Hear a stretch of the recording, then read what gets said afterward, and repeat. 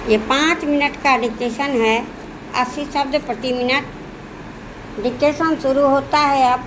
Ready, start. मान्यवर केंद्रीय मंत्रिमंडल ने आज उत्तर प्रदेश में राष्ट्रपति शासन की अवधि 17 अप्रैल से 6 महीने तक के लिए और बढ़ाने का फैसला किया है।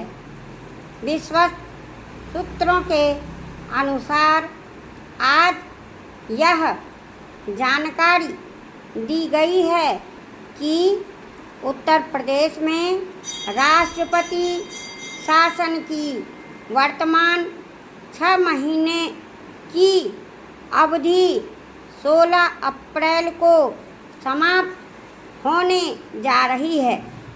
उच्चतम न्यायालय में यह मामला लंबित है, इसलिए इस मामले को ध्यान में रखते हुए मंत्रिमंडल ने यह फैसला किया है।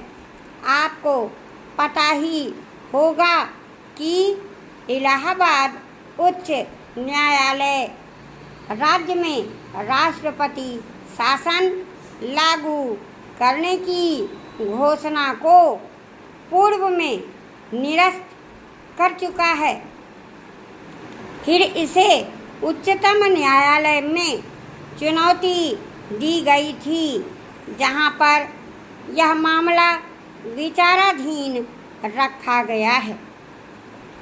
उच्चतम न्यायालय ने इलाहाबाद उच्च न्यायालय के फैसले पर रोक लगाते हुए केंद्र सरकार को निर्देश दिया था कि वह उत्तर प्रदेश विधानसभा को भंग न करके वहां सरकार के गठन की संभावना का पता लगाए।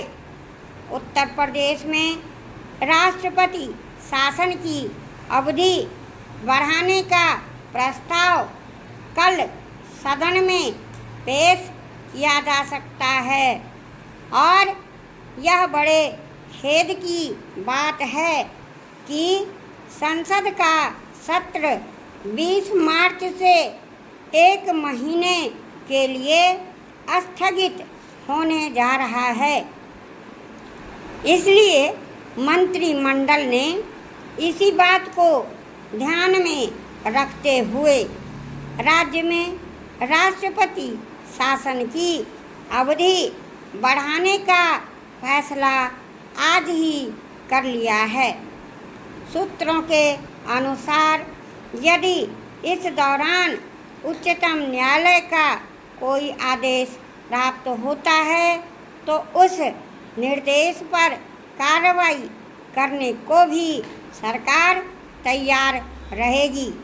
उत्तर प्रदेश में विधानसभा के चुनाव के बाद किसी राजनीतिक पार्टी या गठजोड़ द्वारा सरकार बनाने में विफल रहने के कारण गत वर्ष अक्टूबर में राष्ट्रपति शासन लागू किया था।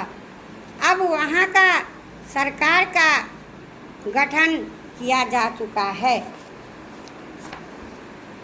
आज रक्षा मंत्री ने कहा कि देर सवेर भारत और चीन को परमाणु शक्ति से जुड़े मुद्दों पर आपसी विश्वास का माहौल पैदा करने की दिशा में बातचीत करनी चाहिए। इस सिलसिले में परमाणु परीक्षण के बाद से दोनों के बीच बातचीत में कुछ ठहराव आ गया था।